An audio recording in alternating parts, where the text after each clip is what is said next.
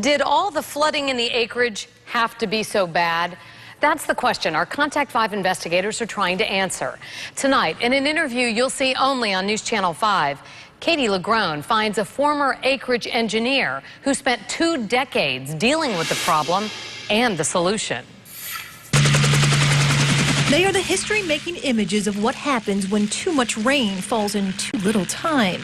No, they're not in good shape at all. But to Jay Foy, these pictures of the acreage underwater are exactly what he spent 2 decades trying to prevent. It doesn't have to be flooded that badly. From 1991 to 2009, Foy served as the community's chief engineer and led efforts to get South Florida Water Management, which governs regional stormwater flow, to raise the amount of water this community could release in the event of a storm. That just doesn't work. A 1/4 inch per day, when you can get the rainfalls that we get, cannot serve the people out there. He even expressed his concerns in this 2007 permit modification request obtained by the Contact 5 investigators.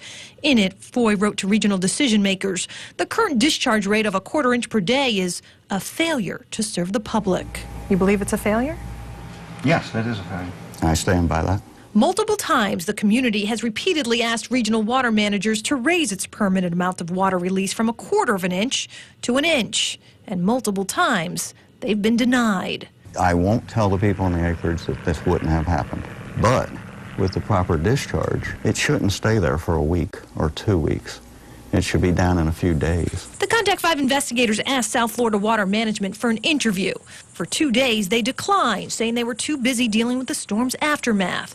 But earlier this week, a district spokesperson explained how any changes to water releases in the acreage could dramatically affect a neighboring community. I mean, there's some risk involved in that because of communities to the east that would be affected with their own recovery efforts. Most of the floods from out west will eventually end up here at the C-51 canal, but you can see it's only so big.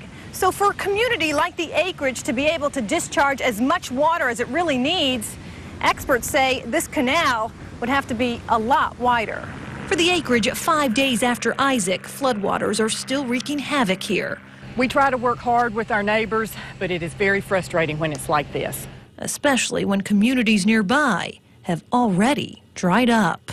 It just isn't appropriate or fair to the residents of the acreage what's happening out there. And as frustrating as this flooding is for the Acreage, community leaders and engineers out there are not pointing blame at South Florida Water Management. They understand the permitting process is complex and takes multiple factors into account.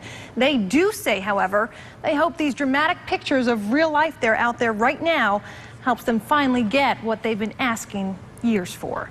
Katie LaGrone, WPTV, News Channel 5.